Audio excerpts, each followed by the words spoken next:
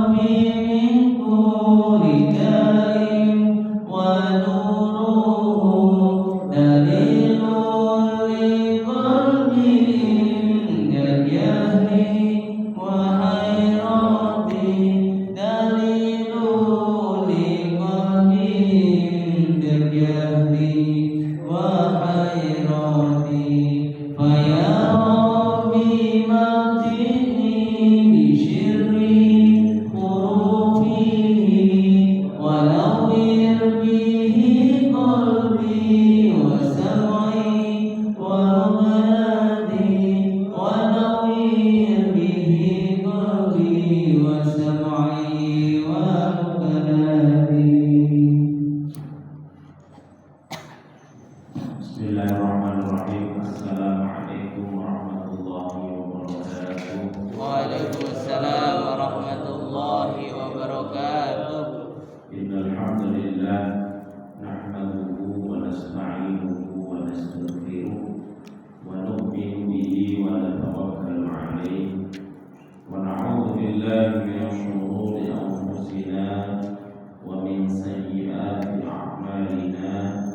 من يهده الله فلا مضل له ومن يضلل فلا هادي له أشهد أن لا إله إلا الله وأشهد أن محمدا عبده ورسوله لا نبي ولا رسول بعده اللهم صل وسلم على سيدنا محمد وعلى آله وصحبه ومن تبع سنته وجماعته من يومنا هذا إلى يوم القيامة لا حول ولا قوة إلا بالله أما بعد قال الله تعالى في كتابه الكريم وهو أصدق القائلين أعوذ بالله من الشيطان الرجيم بسم الله الرحمن الرحيم يا أيها الذين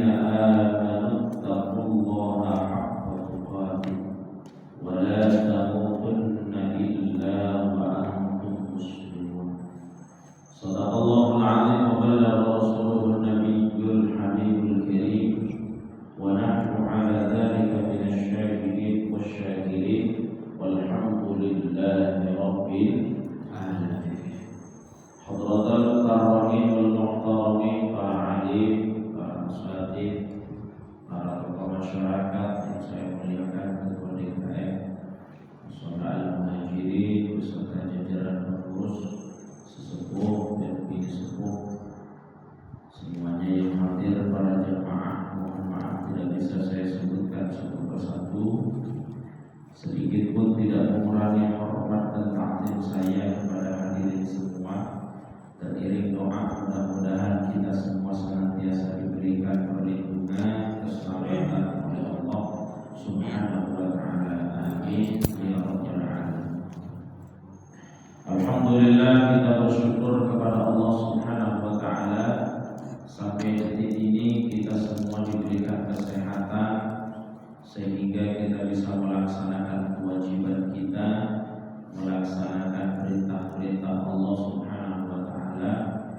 khususnya kita selesai melaksanakan sholat maghrib berjamaah, kemudian kita melaksanakan ta'lim. Insyaallah istiqomahnya kita akan dinilai oleh Allah sebagai ibadah, diberikan pahala sehingga menghantarkan kepada kita sampai ke jannah, yakni surga Allah Subhanahu wa ta'ala. Amin ya rabbal alamin.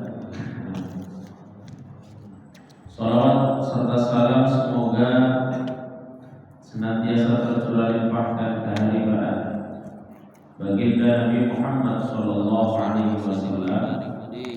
Beliau adalah panutan kita, beliau adalah kekasih Allah, idola kita. Beliau adalah orang yang betul-betul kita harapkan syafaatnya kelak di yaumil qiyamah, satu-satunya yang masih memohon kepada Allah untuk kemaslahatan umatnya, yakni baginda Rasulullah sallallahu alaihi wasallam. Oleh karena itu, insyaallah kita adalah orang-orang yang betul-betul cinta kepada baginda Rasul. Kelak di yaumil qiyamah kita mudah-mudahan dimasukkan oleh Allah ke dalam surga bersama keluarga tercinta, bersama orang tua kita, bersama tetangga-tetangga kita, wabil khusus bersama baginda Nabi Muhammad sallallahu alaihi wasallam. Ya Rabbal alamin. Alhamdulillah, ini sudah akhir di bulan Shawwal. Insyaallah kita masuk di bulan Rabiul Awal. Bulan Rabiul Awal ini terkenal bahwa kelahiran Kanjeng Nabi Muhammad sallallahu alaihi wasallam. Yaumul Itsnain, hari Senin, kurang lebih sekitar jam 3:30 beliau lahir. Makanya salah satu doa yang mustajabah atau doa yang tidak ditolak oleh Gusti Allah adalah ketika kita menengadahkan tangan bermunajat di waktu-waktu yang ditentukan, khususnya ketika di sepertiga malam. Kenapa seperti itu? Karena barokah daripada kelahiran baginda Nabi Muhammad sallallahu alaihi wasallam. Dan Nabi Muhammad itu adalah manusia yang paling disenangi Gusti Allah, manusia yang paling disayang oleh Allah Subhanahu wa ta'ala. Akan tetapi ternyata orang yang paling disayang oleh Allah itu ternyata paling banyak ujiannya. Makanya ada kalimat dalam hadis Nabi sallallahu alaihi wasallam, "May yuridillahu bihi khairan yusib minhu." Barang siapa yang dikehendaki kebaikan oleh Allah, barang siapa yang kepengin diangkat menjadi kekasih Gusti Allah, maka siap-siap bakal diuji oleh Allah Subhanahu wa ta'ala. Siapa para nabi, siapa utusan-utusan Allah yang tidak mendapatkan musibah, yang tidak dapat ujian oleh Allah Subhanahu wa ta'ala. Secara logika kalau misalkan kita itu senang sama orang lain, mesti didukung, mesti disayang, mesti bagaimana caranya supaya orang yang kita senangi itu ya bahagia, kekasih kita bahagia. Akan tetapi bukan berarti kemudian Allah Subhanahu wa ta'ala memilih daripada para nabi dan utusan, para rasul, kemudian Allah itu hanya memberikan kebahagiaan saja, tapi Allah juga memberikan ujian. Makanya kita ini Pak, jangan menganggap bahwasannya ujian kita ini paling berat. Jangan pernah kita itu merasa bahwasannya ujian kita ini paling abot. Kayak wah dunia mau runtuh, wah kayaknya ini gak kuat. Wah kalau seperti itu mending mati wah. Pernah ya kadang-kadang kita mikir begitu Pak.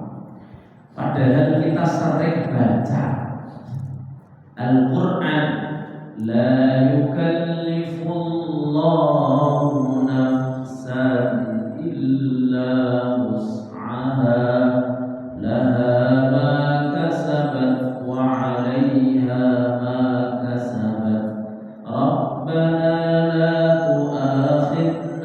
إن نسينا أو أخطأنا ربنا ولا تحمل علينا إصرا كما حملته على الذين من قبلنا ربنا ولا تحملنا ما لا طاقة لنا به واعف عنا واغفر لنا وارحمنا أنت مولانا فانصرنا على القوم الكافرين.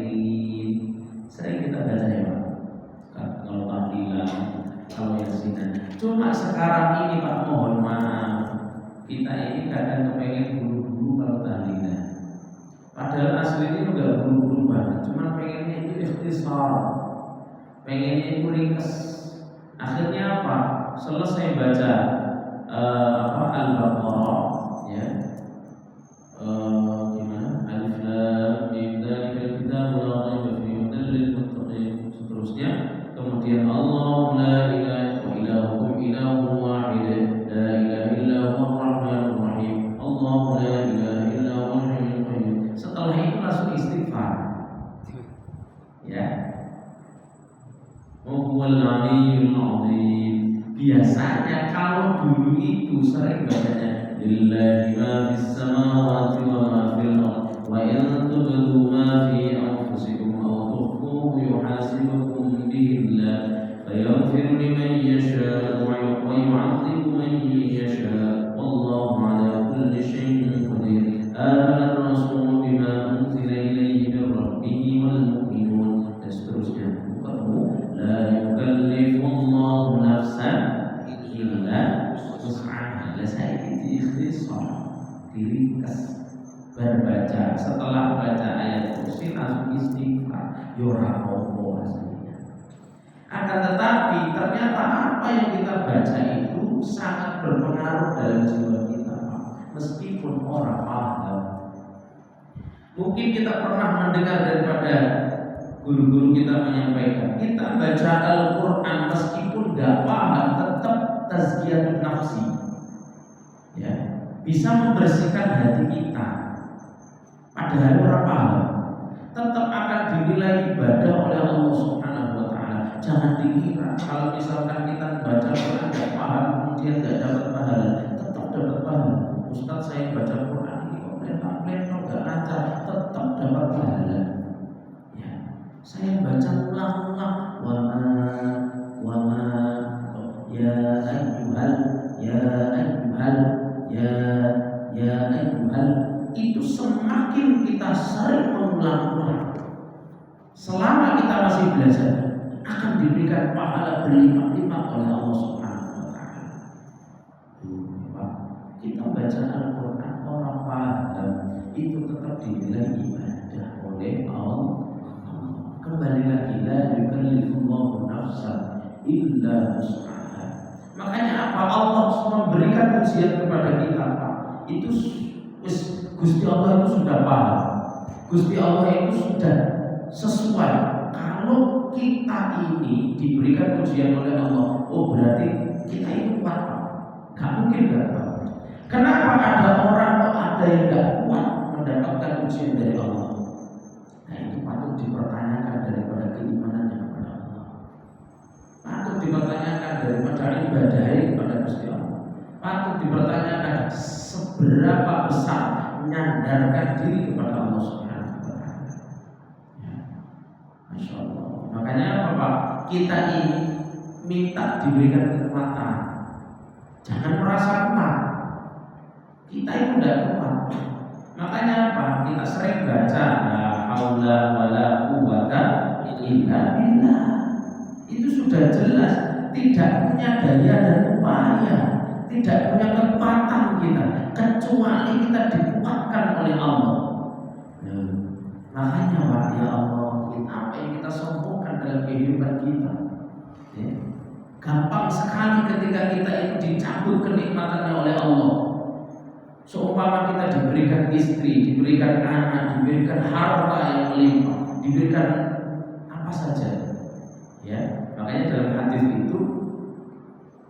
Nabi, orang kok diberikan 3 perkara ini maka dikatakan dia mendapatkan kehidupan atau barokah di dunia, kebahagiaan di dunia, as-sa'ad di dunia. Apa itu? Yang pertama adalah ketika mempunyai tetangga yang soleh.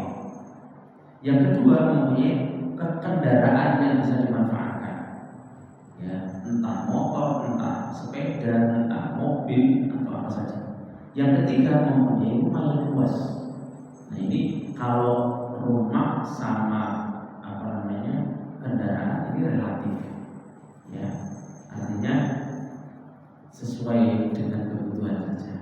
Tidak harus mobilnya harus Mercy, ya. Yang penting adalah kemanfaatannya, bukan gayanya, ya. Motor juga sama sih, penting enak dipakai, nyaman, bisa dipakai buat perjalanan jauh. Kemudian kalau bahasa orang Jawa bandel, ya, nggak tahu itu kenapa dipakai bandel. Kalau bandel kan dudul, ya. Tapi kalau dipakai bahasa motornya bandel, ya itu. Tapi yang paling penting itu adalah tetangga yang soleh. Kenapa seperti itu? Karena tetangga yang soleh itu adalah, kalau di dalam keterangan disebutkan, orang yang paling gampang memviralkan entah itu kebaikan maupun keburukan itu adalah tetangga. Ya, itu kalimat zaman dulu. Karena zaman dulu itu tidak ada HP.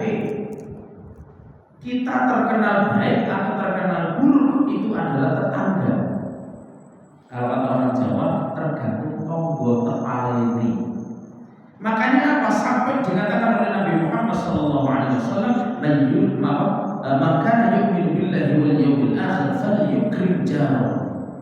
Barang siapa yang beriman, bahkan dikatakan beriman kepada Allah, sempurna keimanannya kepada Allah dan iman kepada hari akhir, falyukrim jarahu, muliakan tetangga. Ya, seperti itu, Masya Allah. Makanya apa? Seseorang akan mendapatkan kebahagiaan dari Allah Subhanahu wa Ta'ala. La yukallifullahu nafsan illa wus'aha. Makanya kembali lagi, jangan pernah kita merasa bahwasanya ujian kita yang paling apa. Banyak ujian dari Allah yang mungkin lebih berat diberikan oleh orang lain daripada kita. Berarti merasa kita ini tergantung sikap kita, ya. Terkadang kita itu mendapatkan ujian dari Allah, kemudian kita mohon maaf ada hutang sampai 5 juta, kita menganggap besar sekali, sampai pusing nggak bisa tidur, gak enak dengan orang yang menghutangi kita, ketemu menteri, gak enak orang semuanya, akhirnya nggak bisa tidur, ya. Terus kepikiran terus tiap hari, kepikiran terus agak stres ini. Kemudian kita curhat sama orang lain atau teman kita, saya beberapa hari kita bisa tidur, saya diuji oleh Allah, saya sakit atau apa, kemudian akhirnya saya mikir ini berapa saya 5 juta, ya. Dan kemudian saya bisa tidur, saya sampai ibadah malas. Ya diketawain sama orang yang dicurhati. Kok sampai malah ketawa tak curhati, saya sedih kok. Kata orang, la takhaf wa la tahzan. Jangan khawatir, jangan bersedih. Gimana? Terus ayo kita benar-benar dekatkan diri kepada Allah. Saya lihat sampean kok tidak ada masalah, ya. Makanya saya curhat sama sampean. Gitu. Sebenarnya saya itu ada juga. Saya itu habis ketipu. Ketipu apa? Beli mobil, ternyata mobilnya tidak ada. Ketipu berapa? 55 juta. Oh, gede. Tapi sampai kalau lebih santai. Ini ilustrasi, orang tenangan. Tapi ini terjadi sama teman saya. Ya, Ustadz juga orang manusia. Ya. Nah, kenapa sampai santai? Ya, ngapain saya pusing-pusing? Ya, duit nanti Bismillahirrahmanirrahim. Kalau kita bersedih yang berlarut-larut, justru malah kita double-double. Ya. Kenapa? Kalau kita ingin menyesali dengan apa yang kita punya, kemudian yang diuji oleh Allah, mungkin kita ditipu atau dicuri Allah kita. Kalau misalkan kita ini kemudian menyesali, menangisi, atau bahkan kita tidak ridho, ya kita malah apa namanya, ya double gitu. Pahala nggak dapat, ya harta hilang, sedih terus-terusan, istri jadi amukan, akhirnya sholat nggak tenang, ya kan seperti itu. Ya Allah, tuh akhirnya orang yang pertama ini kemudian ya Allah sampai lebih gede, tapi kenapa saya kok lebih pusing? Nah makanya apa? Jadi terkadang tidak tergantung ujian yang diberikan oleh Allah Subhanahu Wa Taala seberapa besar ujian. Ya, sama-sama kehilangan, bahkan yang satunya itu lebih besar tapi lebih tenang, yang satunya lebih kecil tapi tidak tenang. Berarti apa? Tergantung sikap kita, tergantung menyikapinya kita. Nah, kalau misalkan kita ini tidak memahami konsep la yukallifullahu nafsan illa wus'aha, itu repot. Bahkan ini tauhid. Bahkan kalau kita merasa memiliki apa yang kita punya, itu siap-siap sakit hati. Ya. Makanya ada bahasa begini, ada sebuah percakapan. Yang satu ahli tasawuf, ya. Yang satu ya syariat. Yang ahli tasawuf mungkin, Ustaz, kalau misalkan ada orang yang Ustaz tidak kenal, orang jauh, atau mungkin pejabat, dia ternyata diuji oleh Allah, mobilnya rusak berat, terus nggak bisa dipakai lagi karena kecelakaan hebat sampai terbakar, jebret. Ustaz nggak kenal sama orang itu. Ya. Kira-kira Ustaz sedih ya? Ya nggak sedih. Emang kenapa? Kan saya nggak kenal. Gitu. Emang kenapa? Kan bukan milik saya. Kan gitu. Nah, sekarang kalau misalkan harta yang Ustaz punya, kemudian entah itu rusak, entah itu kebakaran, entah itu dicuri orang misalnya, ya Ustaz sedih benar. Sedih. Kenapa? Karena itu milik saya. Padahal sejatinya kita itu tidak memiliki apa-apa. Sejatinya Gusti Allah sing duwe. Ya. Yang kaya itu bukan kita, tapi Allah yang mengkayakan. Masya Allah. Ini yang kadang harus kita tanamkan dalam hati, bahwasanya apa yang kita punya ini adalah milik Allah Subhanahu Wa Taala. Terus biasa-biasa aja. Ya. Kalau kita diberikan oleh Allah kekayaan, ya alhamdulillah. Dikasih Allah lebihan harta, jangan lupa untuk bersedekah di jalan Allah. Boleh untuk menyenangkan hati, monggo. Ya. Bahkan kita menyenangkan diri asal tidak menyalahi syariat itu justru malah sebuah apa namanya tasyakur kita kepada Allah Subhanahu Wa Taala. Alhamdulillah ya Allah, kita nyenengin istri, kita nyenengin anak, kita nyenengin tetangga, kemudian kita mengundang apa namanya tetangga kita, mengundang ustaz buat ngaji di rumah. Ya, bersyukur kepada Allah dengan sedekah, dengan kita itu harus seluruh fikul bil mukmin dan seterusnya. Ini sejatinya adalah rasa sayang Allah kepada kita semua. Ya. Makanya dikatakan bahwa ujian yang paling abad di antara Nabi Adam sampai Nabi Muhammad SAW itu ujian yang paling abad kan Nabi Muhammad SAW. Kenapa dikatakan yang paling abad? Bayangkan saja, ya, masih dalam kandungan ayahnya meninggal, kemudian umur beberapa tahun, ya, ibunya meninggal. Wasami idza wada'ti Muhammad dan annahu Muhammad, yang kasih nama mbahnya dikasih nama Muhammad, itu dicibir habis-habisan sama orang Mekah. Kenapa? Karena aneh. Di zaman itu orang-orang itu bangga dengan berhalanya, sesembahannya, dikasih nama Uzza, dikasih nama Lata dan seterusnya. Tapi kemudian Abdul Muthalib itu mengangkat cucunya dengan ismuhu Muhammad. Ya, orang-orang mencintai Rasulullah siapa? Ya, masya Allah. Kemudian baru beberapa tahun kakeknya meninggal, ditinggalkan oleh paman yang senang yang selama itu menjaga Rasulullah SAW. Ya, ditinggalkan oleh istri tercinta dan sebagainya. Masya Allah, dilempari batu sampai ada malaikat sing gak terima, sampai ada malaikat sing matur kalau Gusti Allah atau Kanjeng Nabi Muhammad SAW gak terima karena perlakuan daripada orang Taif. Ya, bahasa gampangnya, ya Rasulullah, andai kau mengizinkan aku tak cabut gunung yang ada di sini untuk aku lemparkan kepada mereka. Tapi Rasulullah apa? Jangan kau lakukan itu. Ya, fa innahum la ya'lamun, mereka enggak kenal, mereka enggak tahu. Ya. Makanya apa? Di dalam kitab Al-Barzanji pasal yang ke-16 atau 17 itu disebutkan Nabi itu berdakwah di keramaian, yaitu di musim haji pertama ketika Rasulullah diutus oleh Allah. Makanya disebutkan bahwasanya Nabi itu memperkenalkan diri atau memaklumatkan diri ketika di musim haji. Karena di waktu itu yang haji bukan hanya orang Islam toh. Yang haji orang bukan hanya orang yang beriman kepada Allah toh, tapi orang-orang dulu itu pengen haji. Ya.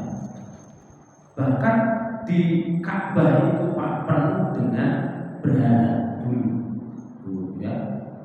Nah, makanya ketika kelahiran Rasulullah SAW itu berhala pada jatuh, sampai jatuhnya itu tersungkur begini, mukanya itu gini, patah, pada hancur. Nah, kemudian di dalam Ka'bah itu ada tulisan Ana Rasulullah bima unzila ilaihi min rabbih wal mu'minun, yang tadi ada kalimat la yukallifullahu nafsan illa wus'aha. Kalau tidak salah itu surah Al-Baqarah yang akhir, ya, dan seterusnya sampai wa'fu 'anna waghfir lana warhamna anta maulana fansurna 'alal qawmil kafirin. Ya. Makanya apa? Sampai diterangkan bahwa orang yang mengamalkan itu ayat, maka hidupnya akan diberikan kebahagiaan oleh Allah, meninggalnya dalam keadaan husnul khatimah. Perjuangan Kanjeng Nabi berat, Pak. Nah, ketika di tahun pertama beliau itu dakwah untuk memperkenalkan diri, aku adalah utusan Allah. Itu beliau mendapat pengikut 6 orang. Akhirnya mereka berbaiat mengucapkan kalimat syahadat. Ya, 6 orang. Tahun kedua, jaraknya jauh, ya, jaraknya jauh. Tahun kedua, musim haji kedua, ya, semenjak diutus oleh Allah Subhanahu Wa Taala, itu mendapat pengikut 12 orang.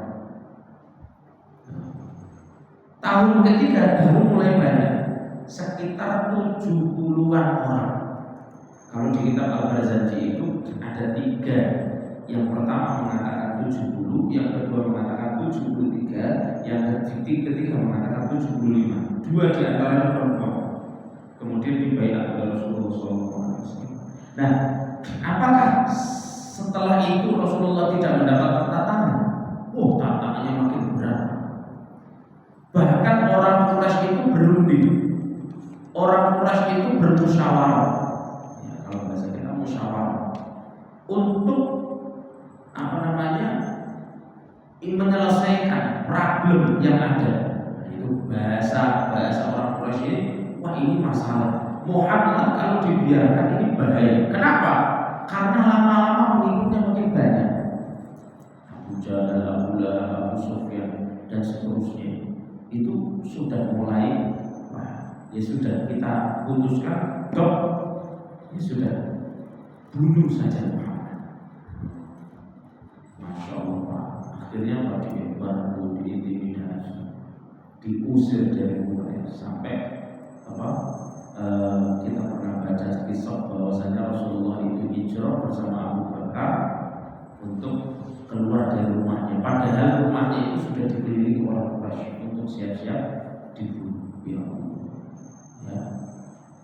Akan tetapi beliau lolos. Kenapa? Karena Allah yang menyelamatkan. Dan ketika Rasulullah SAW hijrah ke Madinah, makanya mauliduhu bi Makkah wa hijratuhu bil Madinah wa sultanuhu bisyam. Ya.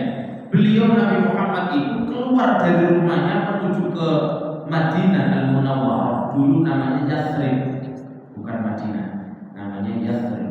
Beliau itu kelelahan berada di Gua Thur. Ya, kalau Gua Hira menerima wahyu, tempat menerima wahyu. Kalau Gua Thur itu tempat di mana Rasulullah beristirahat untuk menuju ke Madinah. Di Gua Thur berapa hari? 3 hari. Ketika di Gua Thur itu, ya, Nabi masuk ke dalam Gua Thur itu. Guanya kecil, Pak, bukan kok gede. Yang mungkin pernah umrah atau haji pasti tahu Gua Thur itu seberapa. Beda dengan gua yang ada di Indonesia. Ya, kayak di Tuban itu ada 2 gua, yang satu di Montong, yang satu di Tuban, dekat makam Sunan Bonang, itu namanya Gua Aban.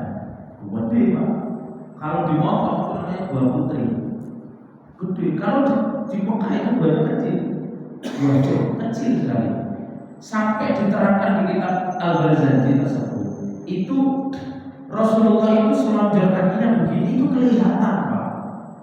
Ya, makanya Allah itu menyelamatkan Kanjeng Nabi dengan wasilah, yaitu siji ono susoi mandoro, sarangnya bunda. Ya, kalau bahasa Jawa namanya susoi. Ya. Kemudian yang kedua al-ankabut, yaitu sarang laba-laba. Nah, ini ada apa namanya tarbiyah, ada hikmah yang menarik. Allah itu kalau pengen menghinakan orang-orang kuat itu justru dengan perkara kecil. Raja Namrud, ya, Raja Namrud itu matinya dia, ya, itu gara-gara nyamuk. Nyamuknya saja bukan nyamuk yang normal. Nyamuknya sengklek. Oh, sengklek. Pokoknya gidik-gidik dong. Ya. Itu nantinya kalau Allah pengen menghinakan seseorang itu bukan dengan perkara yang besar, tapi perkara yang kecil. Ya. Begitu juga orang Quraisy yang dikira waktu itu masih hebat, ya, itu dihinakan dengan perkara kecil. Kalau kata orang Jawa namanya pelambingan, al-ankabut, laba-laba. Kemudian dia itu membuat apa namanya, ya, sarang laba-laba, kemudian sama bulu dada itu. Nah, mereka itu mengiranya, wah ini nggak mungkin dimasuki orang. Kenapa? Karena ada laba-laba. Kalau tempat ada laba-labanya itu berarti lama nggak dihuni orang lain, ya, nggak dihuni manusia. Nah, seperti itu. Dan logikanya, kalau misalkan Muhammad dan Abu Bakar masuk ke dalam gua ini, pasti sarang laba-laba ini rusak. Tuh, orang Quraisy dihinakan oleh Allah dengan adanya laba-laba. Nah, itu saking kecilnya Gua Thur. Andaikan orang Quraisy tersebut itu diblok begini, nunduk sedikit, itu pasti kelihatan kakinya Rasulullah. Nah, tapi menyelamatkan Gusti Allah. Kalau Allah sudah turun tangan, usah degene asatu Allah Subhanahu wa ta'ala. Makanya kita ini harus mengandalkan jalur langit khususnya tawakal sing. Nah, sampai 3 hari. Lah makannya dari mana? Oh, ternyata putra dan putri Abu Bakar, namanya Abdullah bin Abu Bakar sama Asma binti Abu Bakar, itu pura-pura menggembala unta, padahal apa, membawa susunya unta untuk diberikan kepada Rasulullah SAW. Makanya singkat cerita, beliau itu kemudian setelah 3 hari di situ, kemudian menuju ke Madinah. Dan lucunya orang Madinah itu, Pak, ya, ternyata ada beberapa yang belum pernah melihat Rasulullah.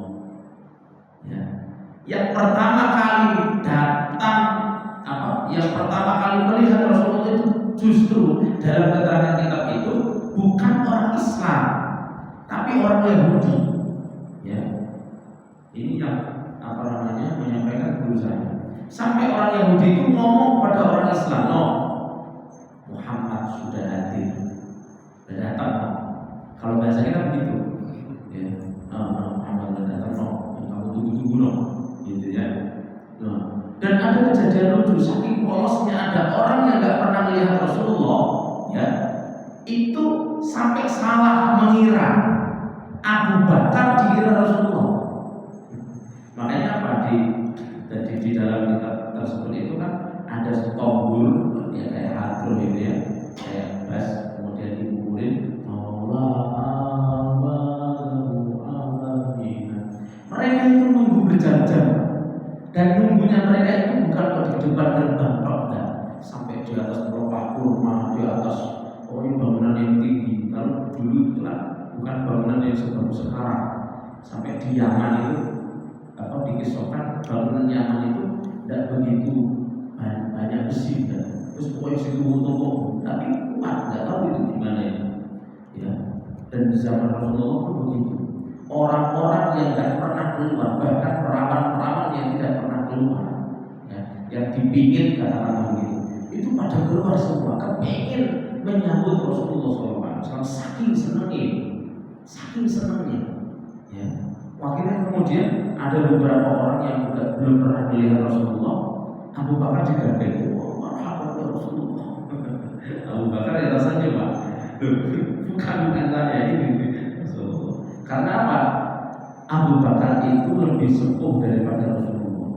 Ya, kalau di kitab Al-Ghazali, kitab At-Tibai itu diceritakan Rasulullah dengan Abu Bakar itu selisihnya 3 tahun. Lebih sempurna Abu Bakar, tapi ganteng Rasulullah. Ya, Masya Allah. Makanya apa? Sampai dikatakan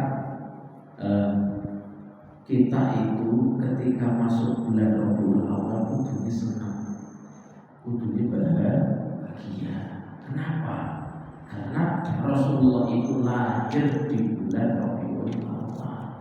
Kalau ada orang bertanya kenapa kita itu memperingati Maulid Nabi, ya, Syekh As-Sayyid Alawi Al-Maliki, Muhammad bin Alawi Al-Maliki itu sampai membuat sebuah kitab, mengarang sebuah kitab. Ketika ada orang bertanya kenapa kita itu bahagia dengan kelahiran Rasulullah SAW, kenapa kita memperingati Maulid Nabi, ya. Makanya beliau mengatakan begini, kenapa, ya, kita itu tidak bahagia dengan kelahiran Nabi, padahal kita itu mempunyai diulang tahun ini, kemudian kadang dibikinin nasi kuning, undang tetangga, undang teman-temannya, bahagia. Kalau bahasanya Gus Bara itu lebih ekstrim lagi. Anak kita itu gak jelas masa depannya, tapi kita peringati dan kita senang ya orang. Anak kita itu gak seganteng Rasulullah, setampan Rasulullah, tapi kita senang ya orang. Ngomong anakku, sampai begitu ya. Sampai ada orang yang mengatakan anakku sehancur apapun, anakku segala macam, tapi ngomong anakku, ya, saking sayangnya kepada anak. Nah ini yang menjadi Sayyidul Mursalin, satu-satunya manusia yang bersujud di hadapan Allah di akhirat nanti, Kanjeng Nabi. Supaya apa? Supaya umatnya itu diselamatkan oleh Allah Subhanahu wa Ta'ala. Kok kita gak senang, kok kita gak bahagia, yuk berbahagia. Makanya apa? Ayo kita bahagia dengan datangnya bulan Rabiul Awal, ya. Kalau kepengen ada walimah atau perayaan Maulid Nabi, tak kecil-kecilan, tak gede-gedean, tak keramaian, atau mungkin cuma 3 orang, 5 orang, terus baca Maulid, Kasrah, Maulid Al-Barzanji, Ad-Dibari, Diaulami, Saraful Anak, Burda, ya, seperti dawakan pelan-pelan aja, ya.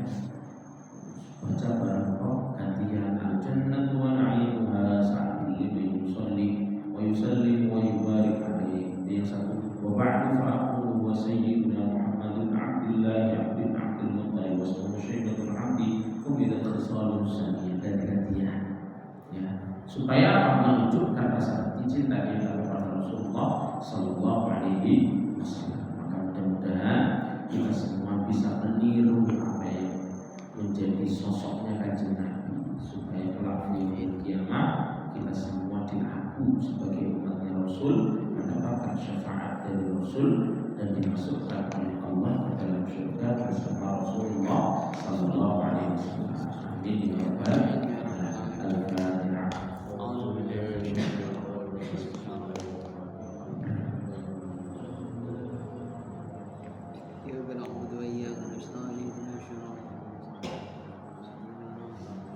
اللهم انفعنا بما علمتنا وعلمنا ما ينفعنا سبحانك لا علم لنا الا ما علمتنا انك انت العليم الحكيم. ربنا اتنا في الدنيا حسنه وفي الاخره حسنه وقنا عذاب النار. وصلى الله على سيدنا محمد النبي وعلى اله وصحبه وسلم. سبحانك اللهم وبحمدك اشهد ان لا اله الا انت استغفرك واتوب اليك. والحمد لله رب العالمين. والعفو منكم. السلام عليكم ورحمه الله وبركاته. Waalaikumsalam warahmatullahi wabarakatuh.